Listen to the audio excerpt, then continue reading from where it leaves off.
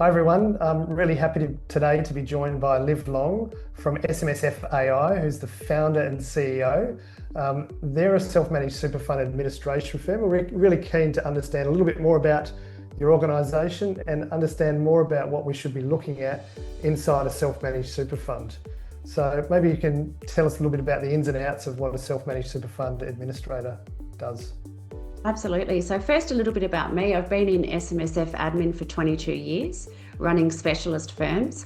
So we founded SMSF AI in 2024 with the premise of looking to the future and taking an SMSF admin service, combining the professional human element with the benefits and the efficiency that AI can produce. So we'd like to lead by saying that we believe AI complements the professional service.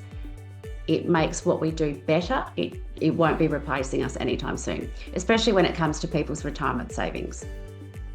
But in terms of what we do, we pride ourselves on making SMSF establishment easy. So we've taken the process that used to be 6 to 8 weeks and we've got it down to a day. And then we handhold our clients through establishing their self-managed super funds and getting rollovers into the account. From there, the most complex part of setting up an SMSF is making sure that you structure it from the outset in the right way so that you can achieve the outcomes that you're trying to achieve and your end goal. So quite often we'll say to people, what's your end goal? If it's we want to invest in cryptocurrency or we want to buy a property, whatever it might be, then we handhold them through making decisions on where to open an account, how to do it in a compliant manner, and actually, handhold them through that journey.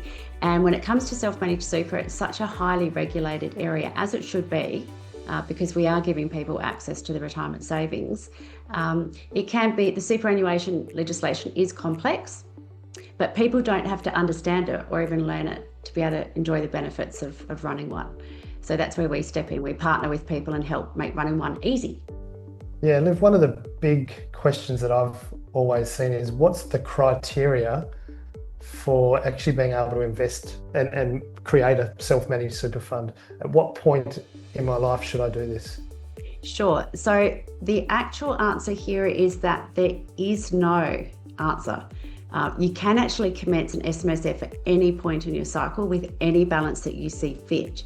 What the ATO and what ASIC want people to consider is whether or not an SMSF itself as a vehicle is appropriate to you.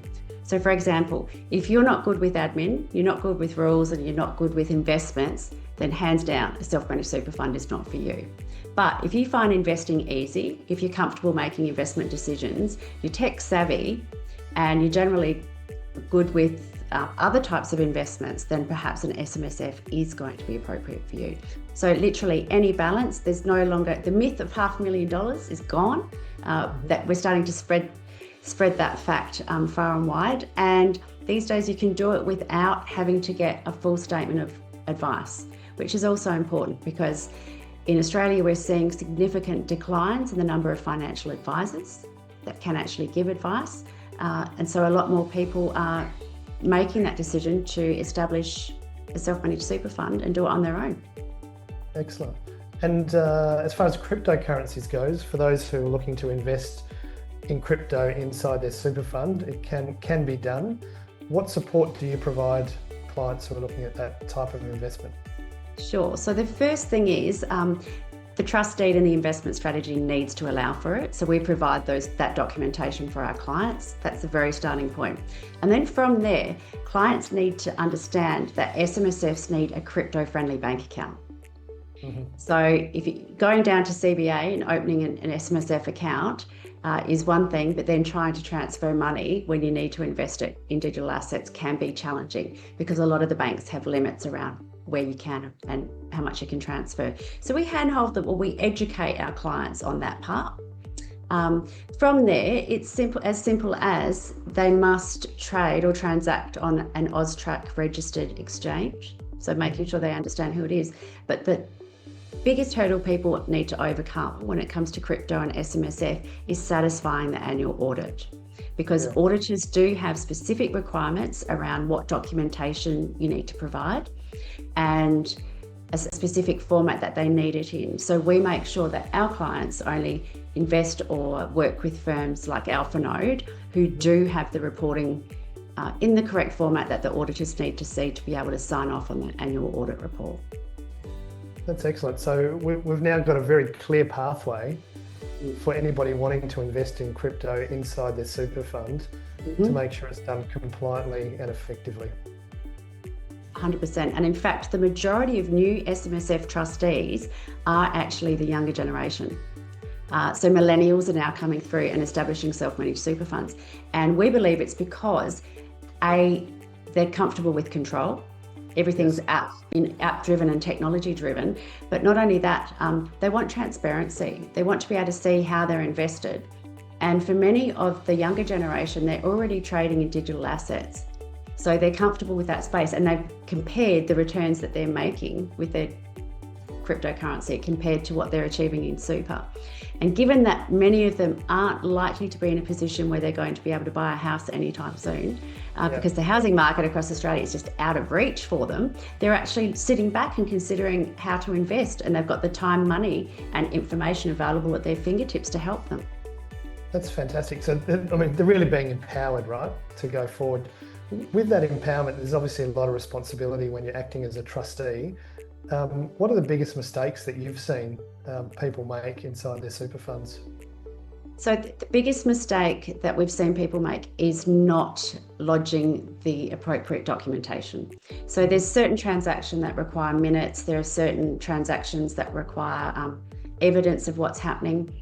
And for many people, if they're going it alone, then staying on top of compliance and staying on top of paperwork becomes a burden and it becomes challenging. Whereas if they're dealing with an administrator who's doing all that admin for them, we're processing transactions during the year as they happen. So if we educate our clients, if you're going to invest in something new, call us. We'll help you open the account in the name of the fund, which is another one you mentioned earlier. That's vital to include the separation of assets, but also think about how you're going to store it. So unfortunately, we have seen clients try and transfer digital assets online in the past that have had money scammed. So when it comes to crypto and your SMSF, it's vital that people are working with an expert. That's obviously one of the big mistakes that you've seen. One of the ones that I've seen is not providing for tax appropriately inside the self-managed super fund, particularly with such a high volatile asset, and making transactions where they sell at a profit, buy something else which recognises the capital gain on that particular sale, and then by the time the end of financial year comes around, that new asset they've purchased has come back and doesn't actually cover a tax bill that could, because the volatile nature is there. Have you seen examples like that? And do you have any Absolutely. other Yeah. A lot of people don't stop and consider the tax consequences of what they're doing. So for that reason, I think we tend to see a lot of clients in SMSF buy and hold. Because of course, I'm sure as you tell your clients, if they buy, hypothetically, if they buy Bitcoin now and they hold it until they retire and then start selling it down, then up to a limit, they can sell, some of that Bitcoin entirely capital gains tax free. And a lot of our clients, or a lot of people, buy and hold purely for that reason. It's their super, they put it away and forget about it. Yep.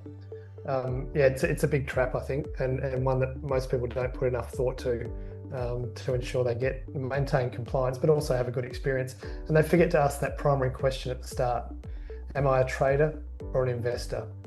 And right. we've always got to come back to that. So Liv, before we finish up, is there anything else you'd like to let everybody know about your firm? Absolutely. Look, in this space, you get what you pay for. And I think that's true in life anywhere. If somebody's going to give you free setup and they're going to do your super and your tax and your compliance and audit work for $800, you're going to get what you pay for. Yes. For $2,000 to $3,000 per annum, people can have a full administration service, absolute peace of mind at night, daily online reporting, so they're able to see their entire SMSF portfolio at any point in time, and a fixed fee for service, so they know what they're going to pay for their fees annually in advance. When it comes to people's financial future and their retirement savings, why would you risk not dealing with a specialist? This is your future. So Totally agree. So if somebody wants to get in contact with you, how would they do so?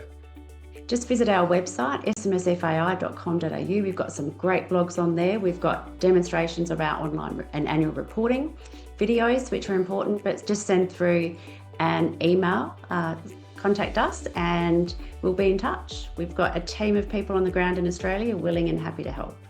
Fantastic. Thanks for your time again. Look forward to You're working welcome. with you. Thank you, Pat.